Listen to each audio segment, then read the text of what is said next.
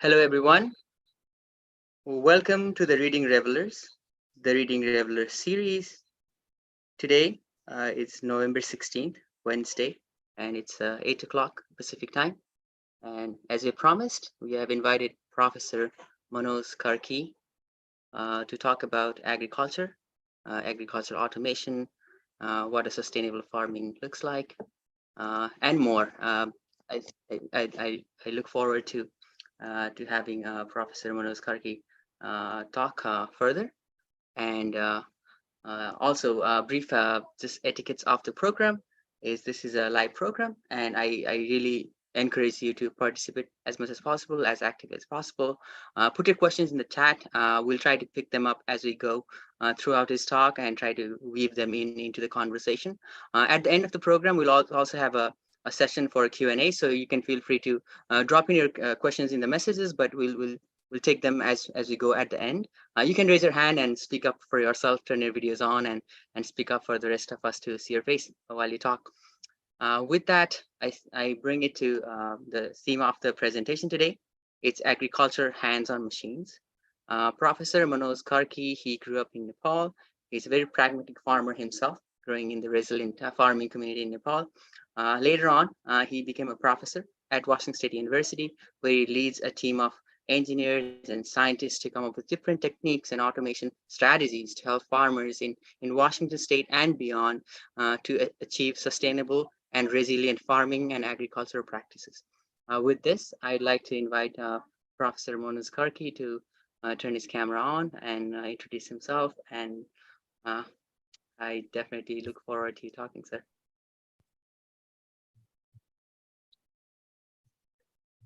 Thank you, Vikram, and thank you everybody for being here. It's really a pleasure to be here and share some of the things we do here at Washington State University, as well as some of my thoughts around agriculture, its evolution, and how it relates to sustainability as we talk about different aspects of sustainability in different sectors of lives. Again, I'll try to relate some of that with the work we do here at Washington State University.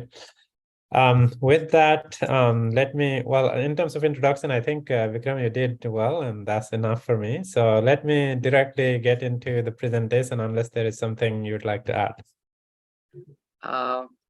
Well, I think the key themes of this presentation are: what is agriculture? What is the position of automation in a sustainable agricultural practice? And what does a sustainable agriculture looks like for us going forward into the future? With all, based on his perspective, his unique vantage, being a farmer himself, being an engineer, a scientist, a professor, an academic, a scholar, I really look up to Manoj sir for all his brilliant ideas, and look forward to listening to them. The floor is yours, sir. Thank you again. Thank you, everybody. And again, thanks for the opportunity. And let's begin. First, I just wanted to kind of share with you guys, maybe many of you are all kind of aware of this, and many of you have perhaps been through this yourself. Just wanted to introduce where I came from and what I do, what I did and what I do now over the last 30, 40 years of my career, life and career. I started in my life in Bhojpur, some mid-hill district in the east of Nepal, if you kind of are not sure. These days, we see a lot of these kind of rudimentary roads constructed around, but when I grew up, there was nothing like this. And actually, I couldn't recognize my own place looking through the Google Earth, because last time I visited my village was not anything like this at all. But anyway, when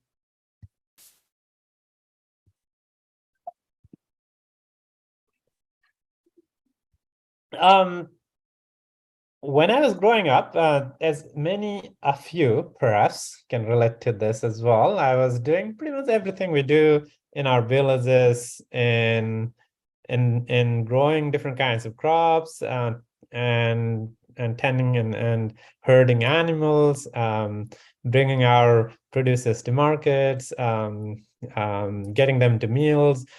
many different kinds of things. For example, plowing paddy field here, lower right, and then some of our cattle's top left.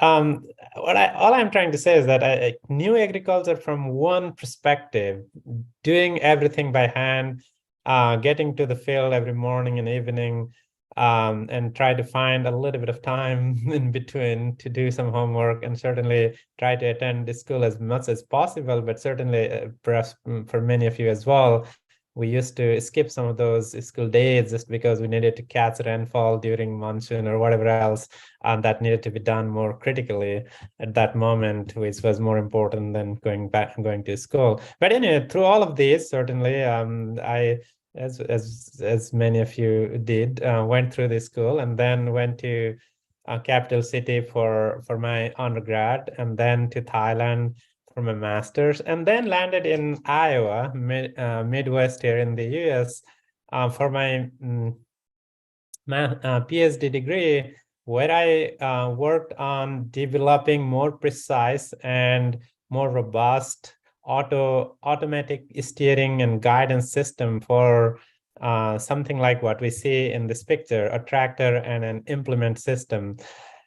This was the work that I liked again related to farming, but I was happy because most of the field work was being done by these machines, and the involvement there for human would be mostly in operating these machines and making sure they're safe, and making sure we are doing the job correctly with these machines, so rather than being in the field ourselves, plowing the field, or on harvesting cones or whatever else that was being done. Those are all operations that were already mechanized.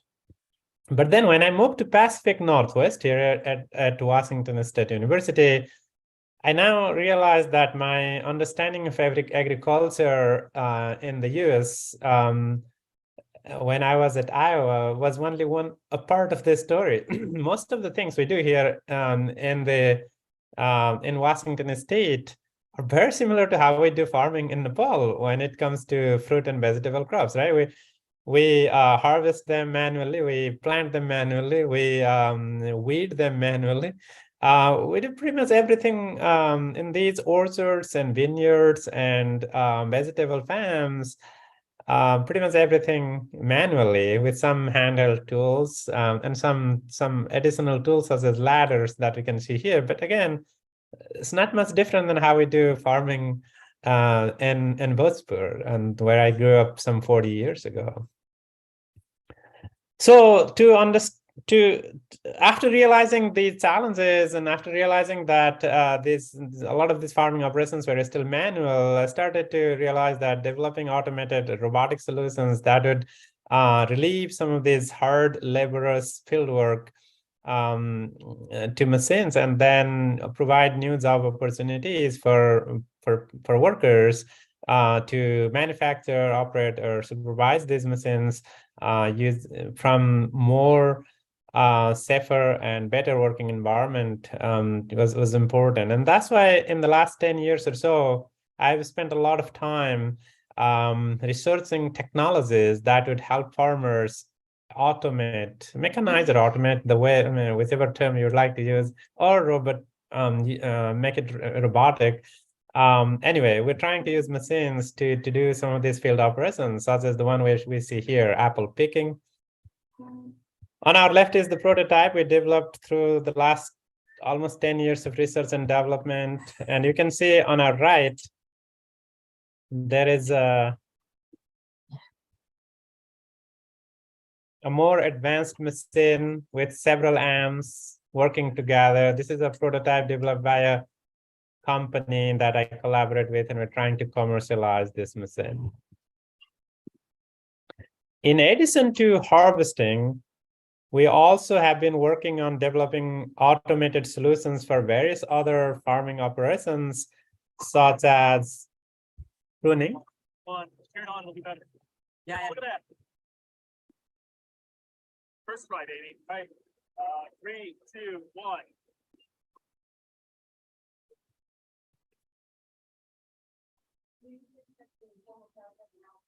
Thinning of flowers.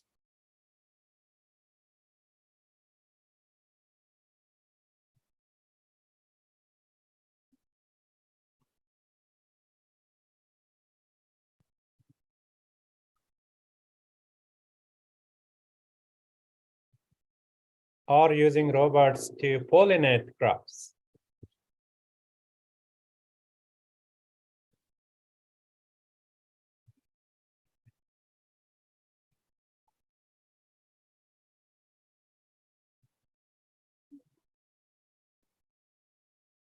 So anyway, these are some of the sample projects and technologies that I have been involved with and I'm trying to develop for applications in fruit and vegetable crops that are of big value here in the state of Washington, but also globally. When we talk about apples, for example, we grow a lot of really good quality apples in Nepal as well. If we get some time in some other venues, I'll talk about what are the differences and how we could potentially improve the yield and quality and market value of some of these producers we produce in Nepal. But anyway, today I was just trying to share my journey through life and career so far. Now let's jump into more towards understanding agriculture at a higher level and trying to relate it to sustainability questions that we face every day as our overall civilization and challenged by so many external forces such as changing weather and climate patterns. So when I was trying to prepare this presentation a week or so ago, for the first time in my life, I was trying to define agriculture. I mean, I've always presented my work more towards the technical side of it, and Bikram wanted me to kind of present something of a little bit generic and higher level view of agriculture, and that's why I wanted to start with kind of defining agriculture. Rather than Googling, I just came up with a little phrase here: art and science of producing plants and animals for meeting basic needs of humanity is how I defined agriculture. And this basic needs of humanity certainly is something I think that evolves over time. Maybe right now we can even say that internet is basic needs, maybe. Certainly power, electricity is the basic need now that was not like that maybe 100 years ago or maybe 200 years ago. But anyway, in general, agriculture is the way we meet some of the most basic needs of humanity so that we can thrive and continue to progress. And when I Googled after I wrote this brief definition, the way National Geographic defined agriculture was surprisingly very close to what I wrote here. So it might be, interested in looking at some of the other definitions, including the one from National Geographic. Anyway, because agriculture involves this art and science, it's not always science, but we're trying to move more towards science and data-driven agriculture, smart farming, and this is kind of big term. I'll introduce that in a little bit. Anyway, but traditionally, it has been an art and has a lot of notion around the experience and intuition and anecdotal understanding of crops and animals and their interactions with human and environment. And that's how we have been farming for thousands of years. And in the last several decades, we're trying to move more towards science-based, data-based farming.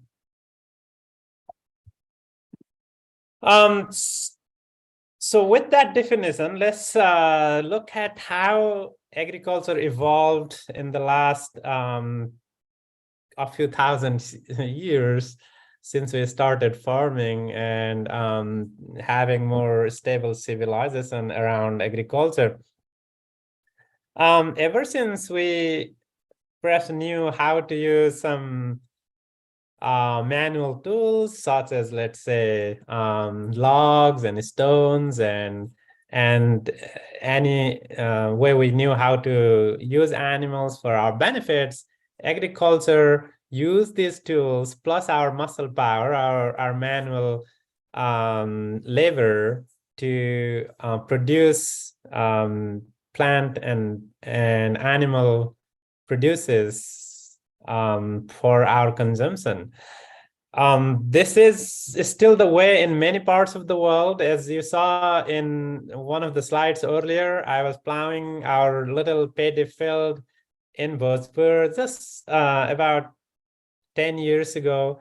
And they're still doing the same way, using animals and some handheld tools, plus mostly the muscle power, our manual labor to perform agriculture, where we tend to visit each and every plant and try to manage each and every plant at that level. But most of our decision making in terms of what is needed, when it is needed, and how to best manage our crops is experience based, intuition based, more towards anecdotal decision making.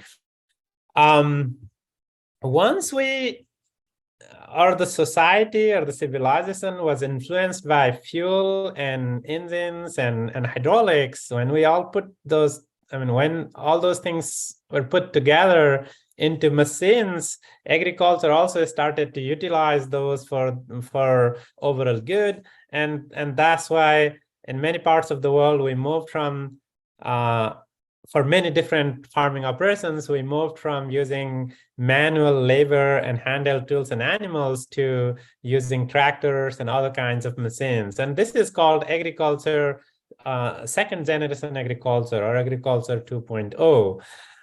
In this situation, often we manage crops at a large field scale because our machines would not differentiate between plants. They would just manage a big area of plants or a big herd of animals uniformly. They would not really care about the differences between individual plants or individual animals. They would just treat everything uniformly. So that's still a lot of innovation and advancement there. It would reduce labor use a whole lot, but it would not optimize the input to these farming operations as much. And once we saw innovations and advancements in sensors, computational power, computers, programming languages, a lot of benefits or applications of those tools, as well as communication technologies and GPS or GNSS, which stands for Global Navigation Satellite Systems. These technology, positioning and navigation technologies, when these came to applications in different sectors of lives and industries, agriculture also started to benefit from those and started to use machines that are a bit more intelligent, a little bit more automated than just big machines driving down the field operated by human. In this case now, we are managing crops at a smaller scale, still not at the plant level, but more towards, let's say, 10 meters by 10 meters, just as an example, or smaller units. And our goal has been in this third generation of agriculture to optimize input as much as possible, minimize water or nitrogen or labor use or any other inputs as much as possible. And then in recent decades, we have seen advancements in artificial intelligence, Internet of Things, cloud computing, edge computing, blockchain, many other enabling technologies that are now making it possible to develop models that could predict what is going to happen in a given crop, given animal farming situation, given certain weather conditions or certain expected or anticipated weather conditions. What would be the needs in the future, a few minutes from now, a day from now, or a week from now, and make a little bit more smarter decisions using different kinds of sensors, connected devices, connected machines, and collaborations with human expertise. Again, that leads to understanding of the needs of individual plants and potentially manage plants at that individual level.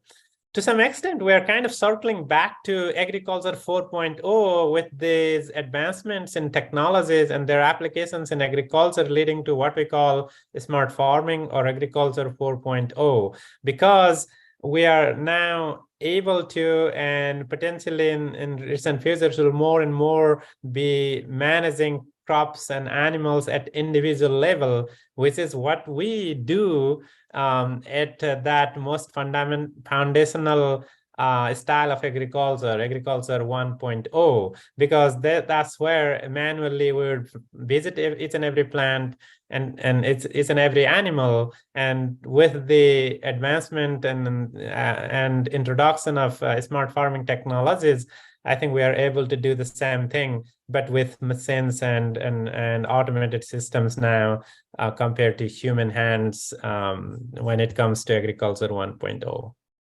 So with that, let's flip through some of the pictures here. As you can see, the same picture here on our top left corner is kind of the agriculture 1.0, where we're using our muscle power and animal power together to perform a lot of field operations. We can see on our right, lower right corner, the same paddy that was being that was planted the way that we saw on our top left corner would be harvested using handheld little tools by human in this kind of situation, lower right corner.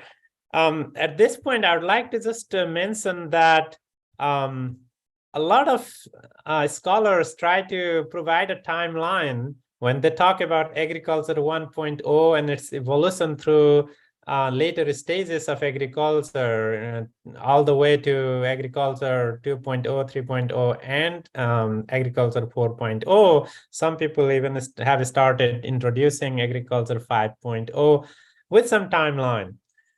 In terms of development, that timeline may have some meaningful, let's say, information there. But in terms of application and adoption of these different stages or different generations of farming, giving a timeline, I think, is not very fair, because in many parts of the world, as I said earlier, we're still in this earliest generation of farming, whereas in some other parts of the world, we're moving towards agriculture 3.0 and 4.0. So giving a timeline in terms of adoption is not really that meaningful. And that's why I kind of avoided using timeline in terms of introduction of these different stages or generations of farming. Agriculture 2.0 here with these big machines for harvesting and plowing and planting different kinds of crops. Agriculture 3.0 here, where we're using automatically steered tractors using global positioning system and automated or robotic machines to detect and remove weeds in various fields here, like vegetable crops, as you can see on our lower right corner.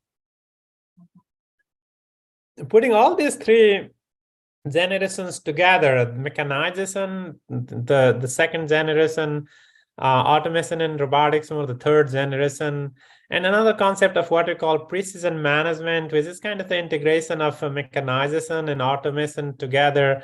All these interact quite well, but then when we put all of these things together and introduce new technologies and enabling tools such as AI and cyber physical system, which provides connectivity and interaction between different machines and different sensors and human experts at the same time, leads to what we call, again, smart or intelligent agriculture, sometimes called also agriculture 4.0. And that situation might look something like this, where we have connected devices and human and plants and animals all interacting and collaborating with each other for, again, optimizing input use and maximizing our yield and quality. So with the brief discussion around evolution of agriculture behind, I'd like to connect agriculture to sustainability. As we all know, agriculture is important. Perhaps that's the only way we could thrive. That's the only way our civilization has existed. It's also one way I believe we can support 10 plus billion people the planet Earth is going to have in the next couple of decades, based on some of the widely accepted population growth models developed and provided by United Nations and other agencies. I think these models show that the population would start to kind of flatten and potentially even go down slightly after it hits about 10 billion. But at least between now and then, we would have 2 more billion people. And also, if you add that to the increasing affluence of people in Asia and Africa, resource utilization, the demand for food, fiber, and fuel would increase substantially, in my opinion, more to like it will double in the next several decades, not just an increase of 25%, which is what the population growth would be in the next several decades. So agriculture is important. It may not always be the traditional agriculture the way I have described here. It could be like producing food using one element at a time. In laboratories, there have been a lot of research and development, and some early startup companies, startup and early manufacturing companies going into that. We have heard a lot about plant-based protein. We have heard a lot about meatless burgers and things like that. So the face of agriculture is changing, but in general, agriculture is the only way we could help sustain the planet Earth with that many people. However, agriculture is the largest user of fresh water, which is diminishing around the world. And there is competing demand for, again, increasing population and the need for producing more to support that population. So this is going to be, because agriculture is the largest user of fresh water, and we have to be increasing our productivity even more in the future, water becomes a big bottleneck. Agriculture is also using about half of the habitable land around the world, and there is not much land to grow in terms of farming, and that's, again, we're facing those critical limitations. Agriculture also uses depleting minerals such as phosphorus to support plant growth very intensively. And because we have only fixed deposit of these minerals, it's another limitation we might face in the future. It also uses vast amount of synthetic and other chemicals for controlling different kinds of pests, and that has its own implications in terms of environmental and human health. So with those limitations and challenges that we've faced, that we've seen in the previous slide, associated with agriculture, I believe we are faced with the sustainability of agriculture itself when it comes to a question of sustainability. And then in the next couple of slides, I'll also talk about the higher level sustainability questions we often ask, which may or may not be related to agriculture itself, but is directly related to agriculture, but is kind of linked to agriculture to some extent. Would we have enough fresh water, as I mentioned earlier? If we don't have enough fresh water in the future to produce desired amount of crops and animals, we might face challenges in providing enough to support the world population. Do we have enough people to work on farms? And then the answer is already no. We don't have enough people to work in farms in different parts of the world. And that's not only here in US or the West and North. Go to villages in Nepal, most of us have immigrated to different parts of the world for different reasons.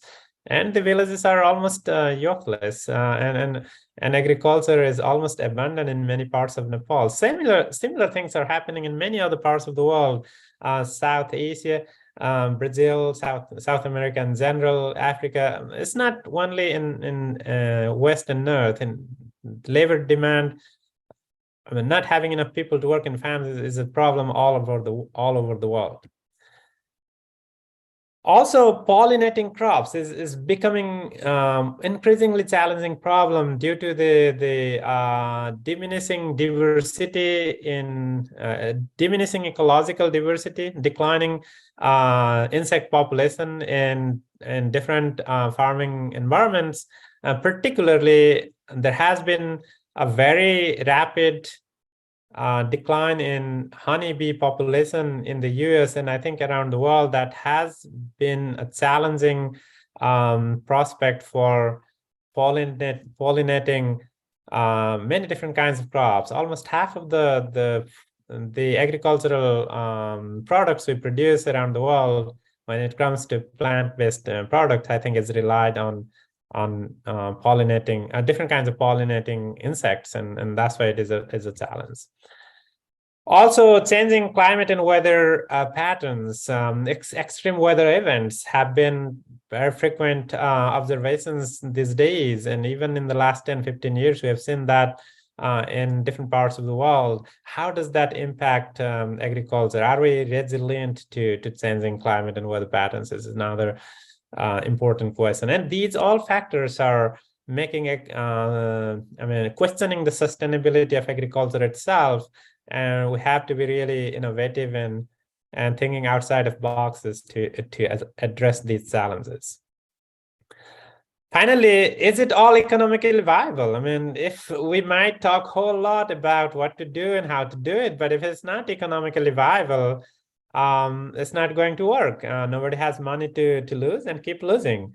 Particularly in farming, they operate in really slim margin, and all the technologies and tools and solutions we suggest to farmers need to be economically viable.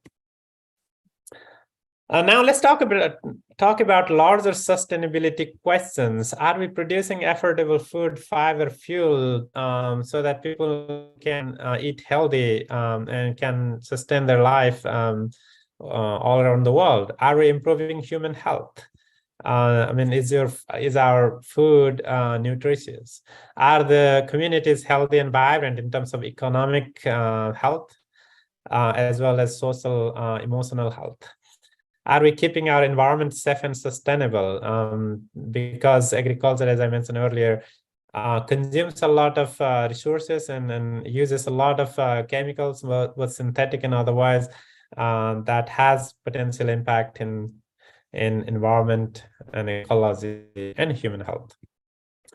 Specifically, I'm really interested in and I'm close to human social sustainability. I mentioned some of these factors already, but agriculture often is a low-pay seasonal work, and it is not the best thing for workers to be involved. Certainly, as I'll talk in the next bullet points, maybe right here, it's a dangerous and laborious work that we don't want people to be involved in. We'd rather generate employment in safer, a better working environment, and have machines do these what we call dirty or laborious or dangerous work, where there is a chance of exposure to pesticide and other chemicals, where people have to be facing with extreme heat and wildfire smoke and many other environmental conditions.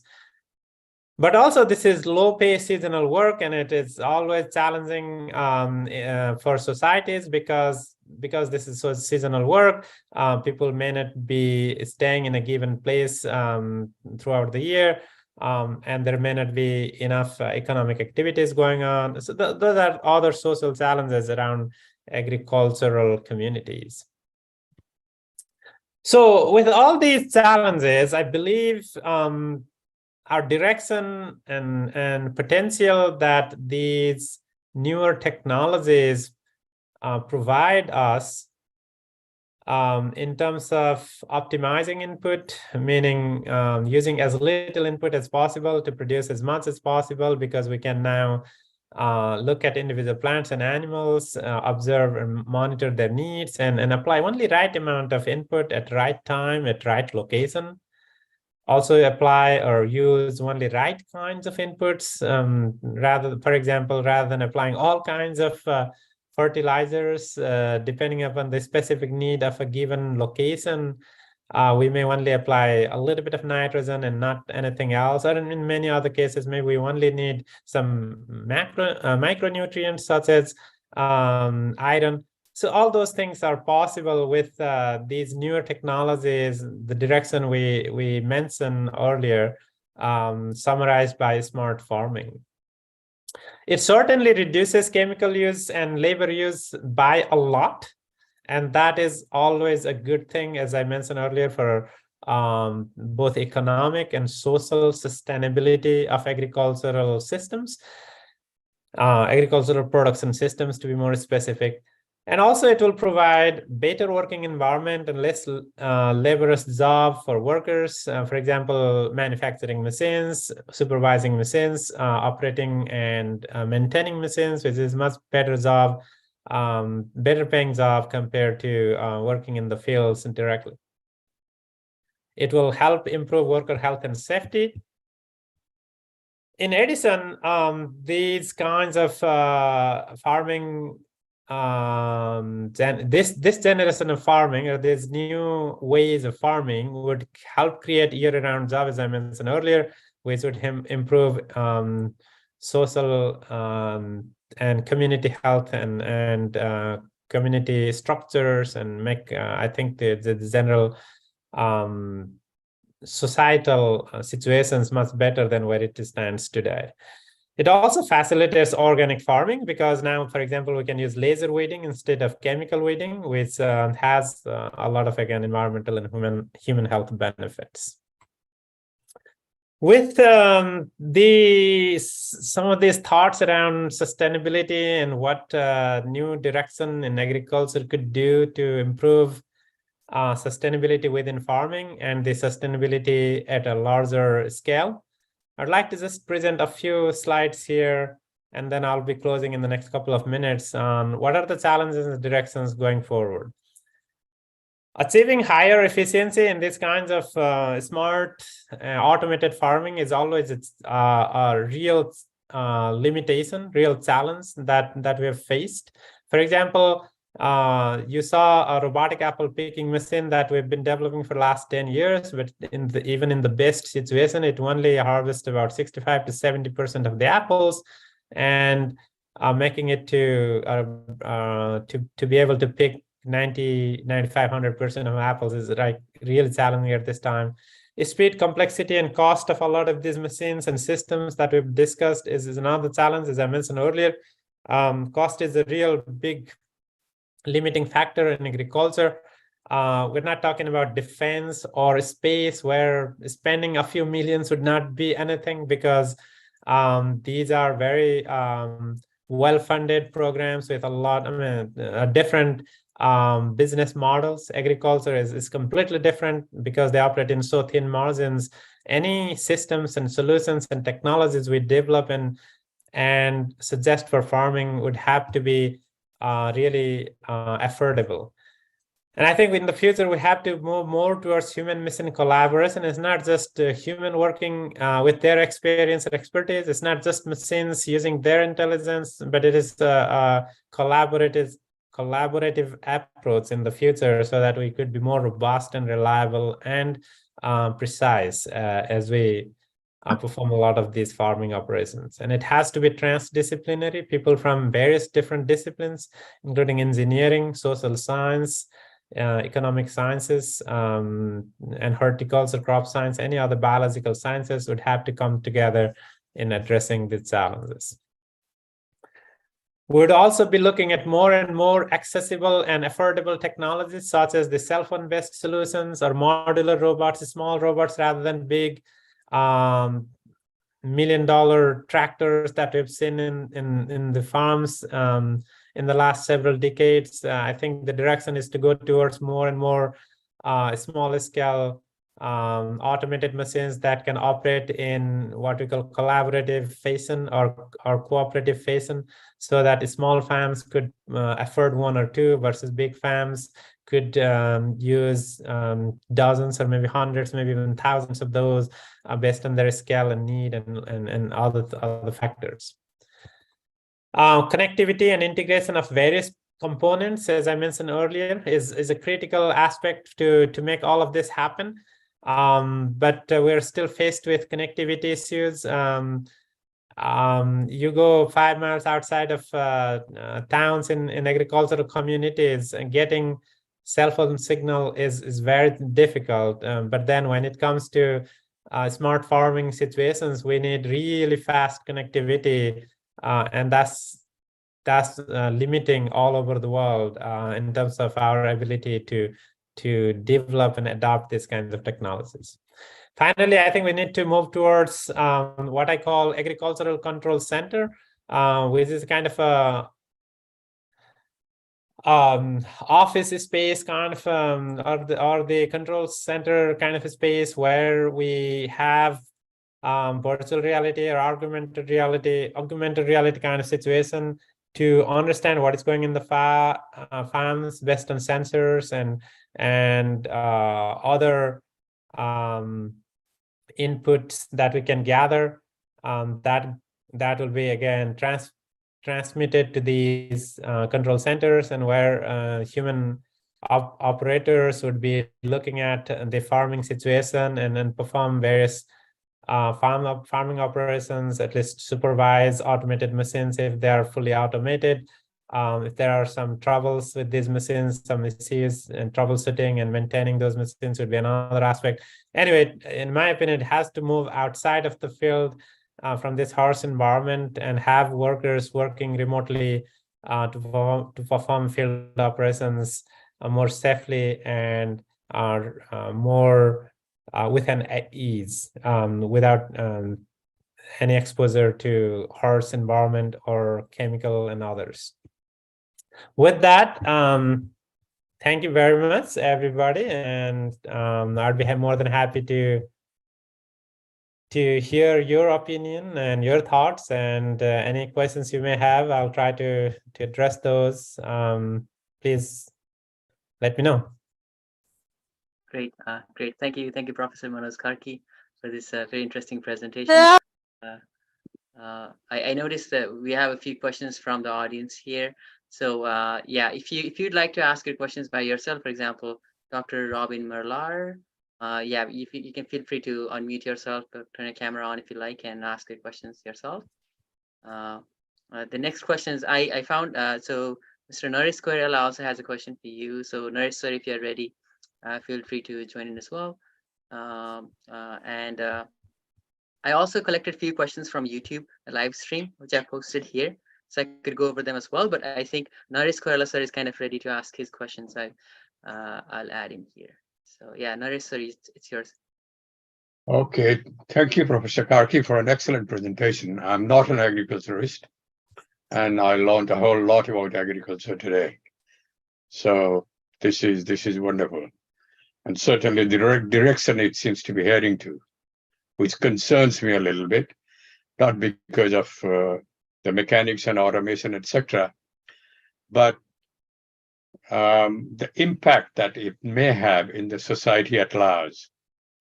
And that's really my question. Do you also work with social scientists and economists to assess the impact of automation and mechanization in the society at large? It's a very good question. And as I briefly indicated earlier, that social sustainability is one of the biggest questions, and something really close to my heart when it comes to applying technologies in farming. It has a couple of aspects, as I mentioned earlier. I think the direct, straightforward question would be that with machines, we might displace workers, right? I mean, that would be a disruptive situation. A lot of people might lose jobs. I mean, that's kind of the question I always face and try to address. But then it also has other aspects, such as how technologies can help improve working environment, how it could help workers be safer and minimize exposure to pesticides, or in any other way be more safe and have a pleasant work experience. So first, to answer the question of how it impacts employment, any automation solution, whether that be for farming or industry or any other sector we develop, it will directly or indirectly impact the way employment works, or it kind of shifts the employment opportunities from one type of work to another. And same thing will go with agriculture. But with agriculture, it is even better because these robotic and automated solutions are being developed to fill the gap of not having enough people in the field right now, and slowly fill that gap and create job opportunities in manufacturing and supervising and operating these machines, which are year-long employments with better pay. Certainly, there has to be some retraining where the government agencies and some private-public partnership may have to come in place to make sure these workers who are in the field or in other sectors can be retrained to operate these machines and supervise or monitor or manufacture these machines. So it's an easier transition actually in the agriculture. But also would like to create work in like offices, like my office, rather than in the field, so that workers of different physical abilities. Right now, we have to be able to climb up and down the ladders, pick fruit, bring it up and down, 20 pounds, 30 pounds. I want to create, or in general, this agricultural technologies have the capability to create these kinds of jobs in the working environment where people with all different levels of physical strengths could still be involved. Like if you did joystick-based driving of a tractor from a remote location, like how they fly drones over many other countries from here in Phoenix, Arizona, it would be a much simpler job that anybody could do. So that's another aspect. So safety, security, job availability, all will be impacted, but for better than where we stand today. Now, to answer your question directly, do we work with agricultural economists and sociologists? And the answer is yes. Almost always in our projects, we have at least one economist and one social scientist who come from their perspective, help us understand how it is going to impact the society and how we could make it less negatively impactful, if that is a good term here, but less disruptive, let's say, to as we adopt these technologies, and more beneficial both in short and medium and long terms. Thank you. Thank you, sir. Great question. I have Mr. Parashar Molla raise his hand. So, sir, if you'd like to unmute yourself and ask a question, please feel free to do so. Thank you, Vikram. Thank you, Manojji, for a great presentation. You summarized very aptly the evolution of agriculture from 1.0 back to 4.0, like, bell bottom pant and then tight pant, and then again back to bell bottom and then tight pant again. Except that, it evolved. I mean, it's not the same. It's not the same bell bottom, as you mentioned. I mean, from Ag A, individual plant care, now again back to 4 or 5 is still, back to individual plant care, which is actually a good thing in a way that we maximize. That's the most precise form of agriculture anyway. So go ahead, sir. Yeah. So, but I little bit, change direction from there and focus more on what we already produce. Right now, especially in North America, we are wasting almost 30 to 40% of the total food produced. So from technical side, and I know probably it has more to do with, our human behavior than the automation of stuff like that. But is there any thinking going on in terms of, technology so that, we can assist in reducing that food waste? Specifically, I'm thinking, rather than, and again, it doesn't necessarily have to be on machine side or automation side, but technology in a way that, we get, say, for example, fruit ripening over a period of time, rather than everything, maturing and then ready to harvest all at the same time. And then, of course, the second part of it is, of course, the quality thing. So that is one of the reasons why there is so much of waste, because, the big box stores, they want specific grade, and then the rest, unless that grower is very diligent to find alternative market, it always goes to all is plowed or wasted or whatever. So basically my question, goes around, in terms of technology, are you looking at something to resolve that issue so that we, minimize those wastes, and that, that way, then actually we don't have to double or triple our food in North America, at least, because we are already wasting 30 to 40%. You see, if we save that, so basically we are covering almost twice the population size, meeting the needs of twice the population. So excellent point. I totally agree, and that one of the biggest areas, perhaps most important areas where we could make a huge impact is minimizing food waste. If it is a 30% waste, that's what literature generally suggests. 30%, that's a lot. But then it has a lot different components, right? Some of that is with us, actually. We throw a lot of food that we buy, store in our refrigerators, and throw a lot of food waste in restaurants, a lot of food waste in the packing houses due to quality demands that we have as consumers, but also during transportation due to various factors. But now, going back to your question, in general, we those who are working in agricultural disciplines, particularly post-harvest areas, they are really interested in minimizing food waste. That's a big area of research and development.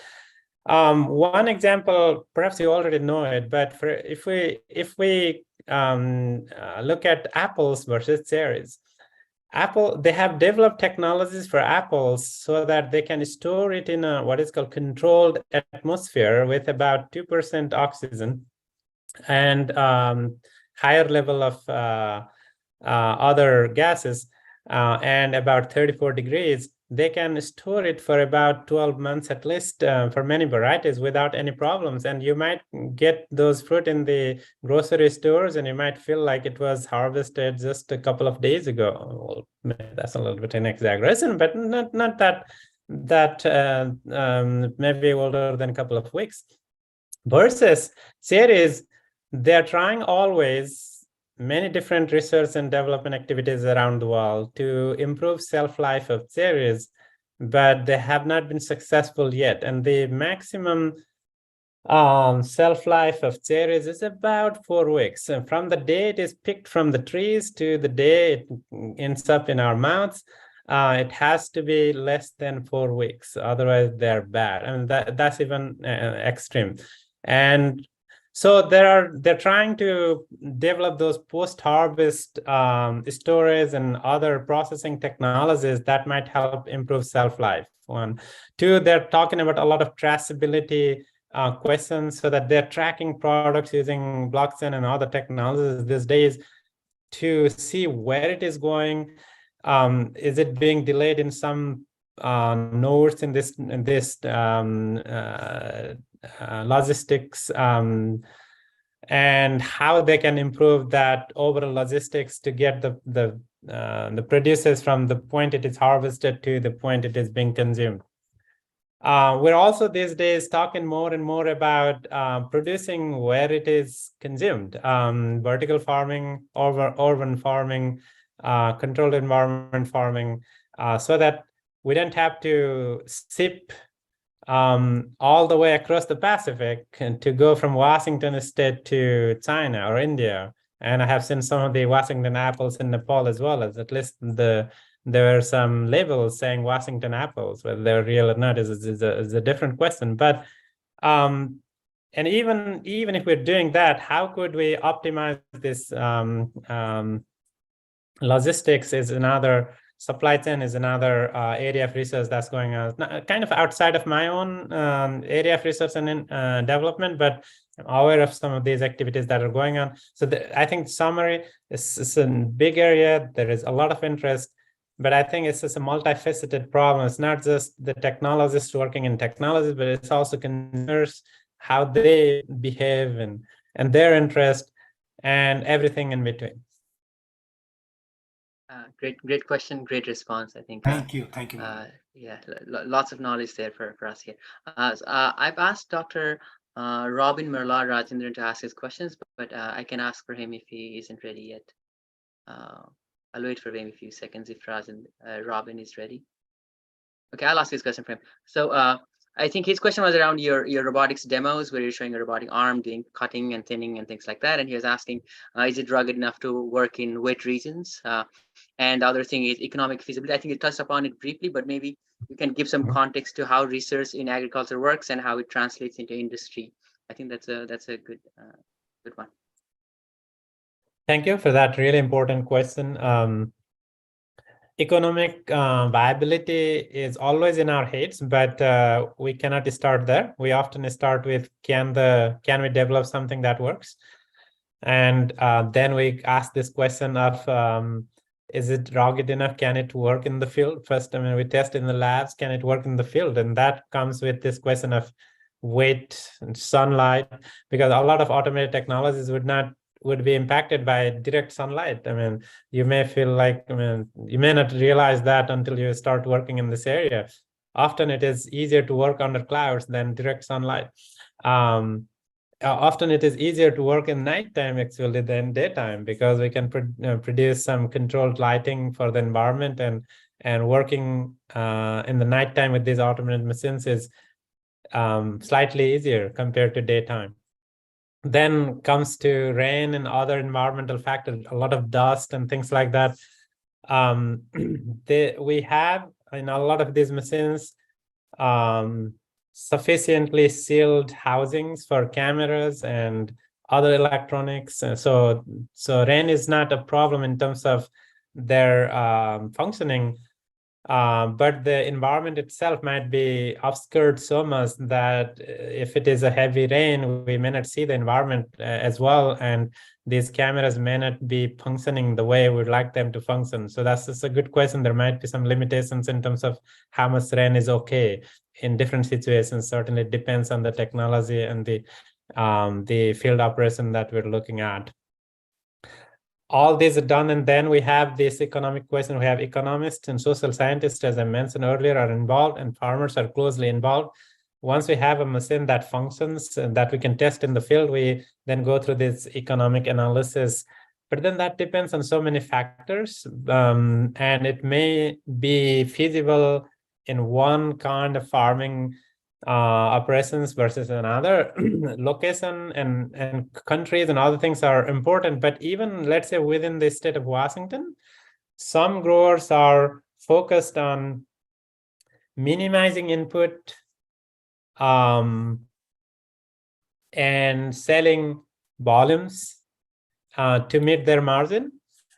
Other growers have the philosophy of maximizing input and maximizing output, so that they get the best quality, high yielding crops and sell that at the highest possible margin that they may get for the best quality products. And their economics is completely different than the economics of the growers that I mentioned earlier.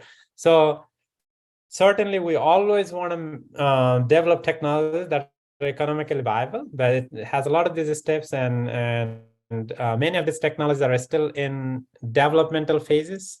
I don't think we have time to talk about how it moves from research to commercialization. But in general, our research work is mostly kind of halfway into commercialization, and there are a lot of other aspects that the manufacturing companies are looking at when they're trying to commercialize these machines. And they certainly often start with the big firms, some of the larger margin operations where technologies could be more easily justifiable. And then from that point, it could expand to other parts of the world. Thank you, Manoj sir. I think I'll pass it on to Suresh Bhatta sir to ask his question next. Thank you, Vikramji. Thank you, Professor Karkee, for a very, very informative and quite an illustrative presentation. My own personal, I guess, experience or knowledge of agriculture is rather limited as a consumer only. So that's the extent of it. And I was kind of more as a question or as sort of more trying to confirm my thinking here is that in a bigger picture, the objective of this automation and the machination and automation here, my understanding from your presentation is not so much for increasing the food production, because as one of that your graphs showed, the food production already is, I guess, in excess of the human population. So what we probably are now looking, my understanding is, in order to produce the food in a more safer and a sustainable manner, and probably, as you said earlier, high yield, to get the high yield, which also I'm hoping that will probably translate that as a consumer. That means because we don't need to produce more because we already have more and in excess, like Parasarji also pointed out. But if we can produce those more safely at a sort of with a higher yield, then hopefully I will have to pay less in the store for me to buy as a consumer. Is that a correct assumption going forward? The benefit I will get as a user or an end user with this automation is that I will have to fork less out of my pocket to get the better quality of food. Is that fair? Thank you, sir. First of all, I would like to correct myself that plot there was not about how much we are producing. It was about the demand. So demand was increasing at a higher rate than the population is what I was trying to indicate. So that is perhaps miscommunication there. Certainly right now, there is hunger in some parts of the world. Again, I'm not an agriculturist either. I'm actually an engineer. So it's just my kind of outsider knowledge based on my interactions and with other colleagues and things like that. But as we know, I mean, there are some hungers in certain parts of the world. There is food wastage in other parts of the world. But currently, I think we could say that we have enough. If we distribute it uniformly, or at least more fairly, we have enough to eat right now. But in the next couple of decades, when we have 2 more billion people, and then as I mentioned earlier, perhaps I didn't make it very clear, that the per capita consumption in US, energy and food and fuel right now, compared to those in African, South Asian, South American countries, is drastically different, right? But we have in those parts of the world have also started consuming more. And if it gets to that level, like what we consume here in the North and West, even if we have only 8 billion people, which is today, we would still have much substantially higher demand. That's what I was indicating there. Plus 2 billion more people. So the demand would be much higher or increasing at a faster rate compared to the population increase, what I was indicating there. Okay, that's it. Certainly in the future, we need more food. How much more, I think, is still the question of debate, a question for debate, but I would say at least 50%, maybe even more. But then there is this 30% wastage that we're making right now. Maybe that is a big chunk there we could help. Now let's going back to your other part of the question or thoughts. Certainly the goal with technologies, particularly now with managing at an individual plant level and providing input at right time, at right location, at right amount of right kind, we have the capability to reduce the input. That means environmental and human health aspects are better. But also we are spending less. So that means input cost is lower. That means the product cost can be lower. But also it will lead to the most maximized outcome from the field, because we're trying to achieve the potential of individual plants. That means that is the best we could do in terms of the field production. And that is also both have a lower cost, higher output, meaning it would potentially translate into lower cost of cost for the consumers. I think that is accurate, what you said. Thank you, Professor Karkee, and my apology for misinterpreting or misreading the graph as you presented. It makes a lot of sense now. Thank you very much. I appreciate it. Thank you. This for us from my side, but anyway, I think we are clear now. Great. We have few more people in the audience who haven't asked their questions yet, so feel free to ask your questions in the chat. In the meantime, I have a few questions from online. This video is live on YouTube, and thanks to a few people on YouTube who have managed to jot in some questions for us. So I'll start with the first one here. It is about water resource and how is agriculture water resource intensive. So it's saying, how does okay, I'll start from the beginning. Agriculture is water resource intensive. How does hydroponics compare to traditional farming in terms of quality, productivity, and throughput? Would you see this statement true for hydroponic farming?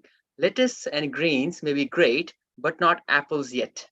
Is that right for hydroponics or other forms of farming than land uses? Again, because I'm not an agriculturist, well, I don't know what is an agriculturist, but I'm not a biological scientist who is working in these kinds of crop production systems, not have as much insights. But in general, what I've seen and what I've read around is that there's certainly an area of huge interest. There are a lot of researchers working in this area to improve the productivity. It also allows for some mixed farming, such as like having fish production and crop production together, so that you can maximize your resources. Has been working quite well for green leaves. That's true for not only hydroponic, but also for other kinds of vertical and controlled environment farming. For a few reasons, I guess it has to some extent to do with the per unit energy utilization to grow, and the seasonal nature of it. I think all that fits quite well with this kind of farming environment. So in many countries, like those really densely populated cities, like a few cities in Japan, Taiwan, Singapore, Hong Kong, we already have successfully commercialized systems in this area. So I think it's working for certain crops, mostly again green bases, leafy greens. For perennial crops, we have produced some. We have potted plants of oranges and apples, and in different situations. I think that is still good for addressing this question of, addressing this interest of producing close to where we eat, like in urban structure or environments where big farms may not be available, but you could have rooftop farms and some other smaller greenhouses where you could produce some of these perennial crops, but it's not as widely implemented right now. And I believe it has one major factor it has to do is with power. With increasing cost of electricity and other power sources right now, it becomes a critical challenge for this kind of farming systems, and maybe that's one way. But again, I think in general, my understanding is close to yours. It is right now working for leafy greens. Cool. I have one more. I think there is another one. So when you go back to Ag 1.0 communities, again, it's not the time, but people, how can automation improve their farming? Would they need to rely on loans, government subsidies to acquire the technology, or wait until the cost of technology acquisition grows down, or the type of technology required in these communities need more research under their constraint, like a completely different research stream for these kind of agricultural practices. What are your thoughts on that? Thank you. It's a really insightful question already, and I would say almost like all of the above. First of all, I think some of the technologies that we have been developing in the North and West has, with the minimum modification, capability to be adopted in